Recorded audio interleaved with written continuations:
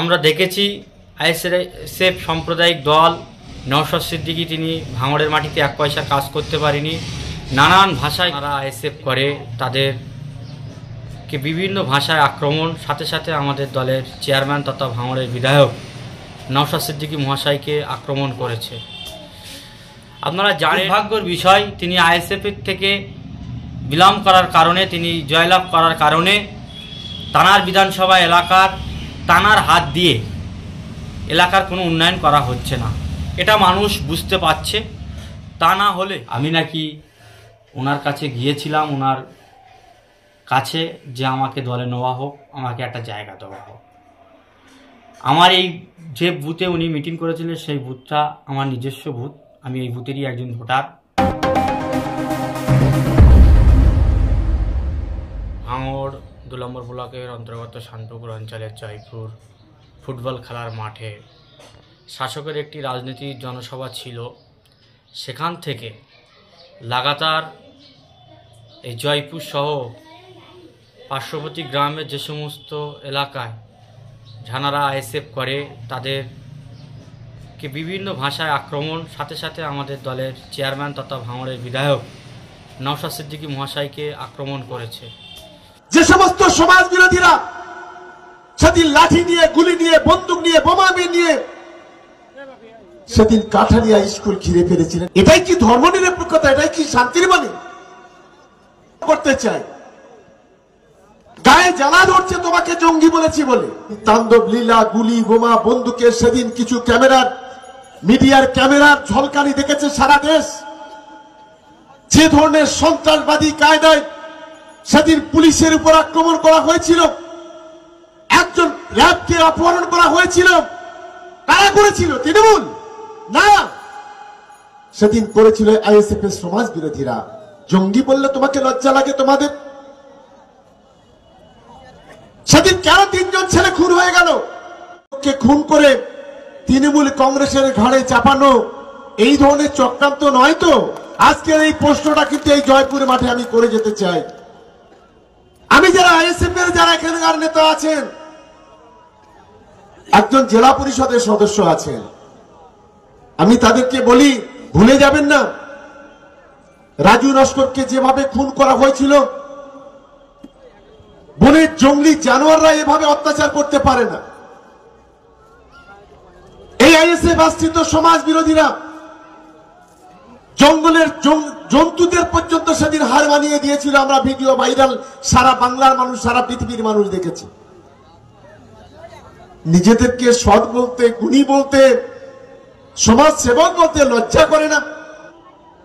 আমাদের মুসলিম ভাই 62 বছর বয়স, তাকে কারা পিটিয়ে খুন করেছিল?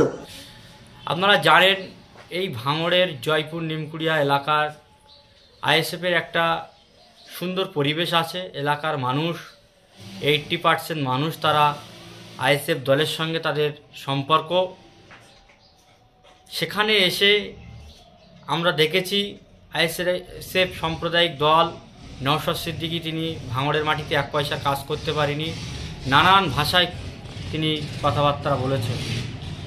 আপনারা জানেন, দক্ষিণ 24 পরগনা তথা রাজ্যের একমাত্র বিরোধী বিধায়ক বললে ভুল হবে না আইএসএফের নওশাদ সিদ্দিকী মহাশয়।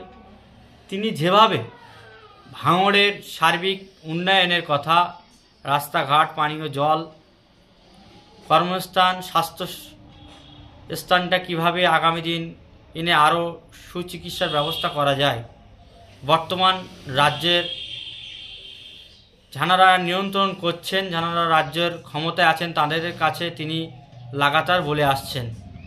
দুর্ভাগ্যের বিষয়, তিনি আইএসএফের থেকে বিলম্ব করার কারণে, তিনি জয়লাভ করার কারণে তানার বিধানসভা এলাকার তানার হাত দিয়ে এলাকার কোনো উন্নয়ন করা হচ্ছে না।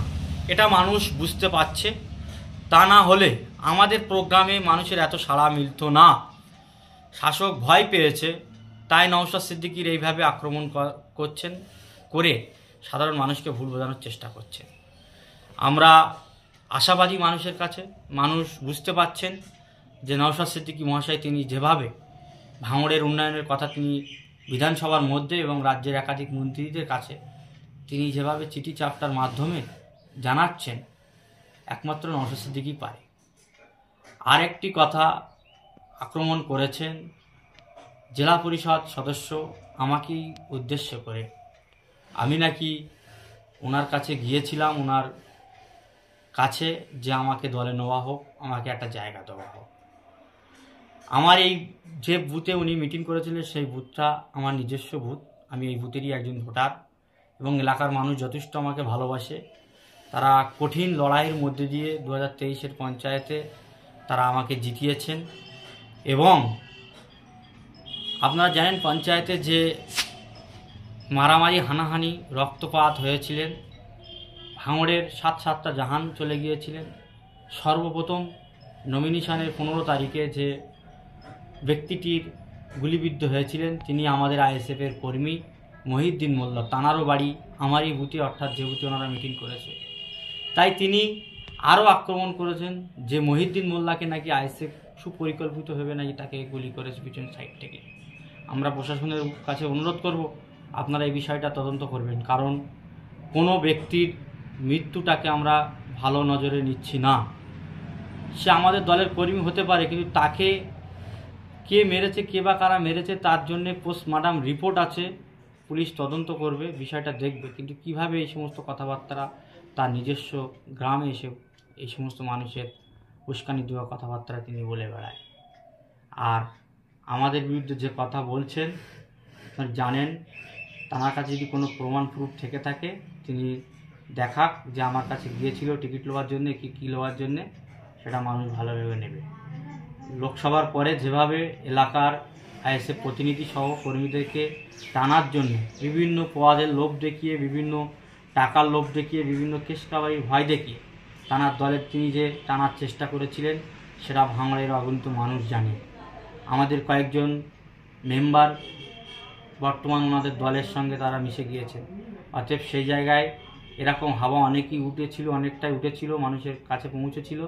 কিন্তু আমি আমার জায়গায় দাঁড়িয়ে আছি এবং আগামী দিনে আইএসএফকে সাথে করে, সাধারণ মানুষকে সাথে করে নিয়ে 26-এ আমরা ব্যাপক ভোটে এই ভাঙড় সহ শানপুকুর চালতেপুরি অঞ্চলতে ব্যাপক লিডে জিতব।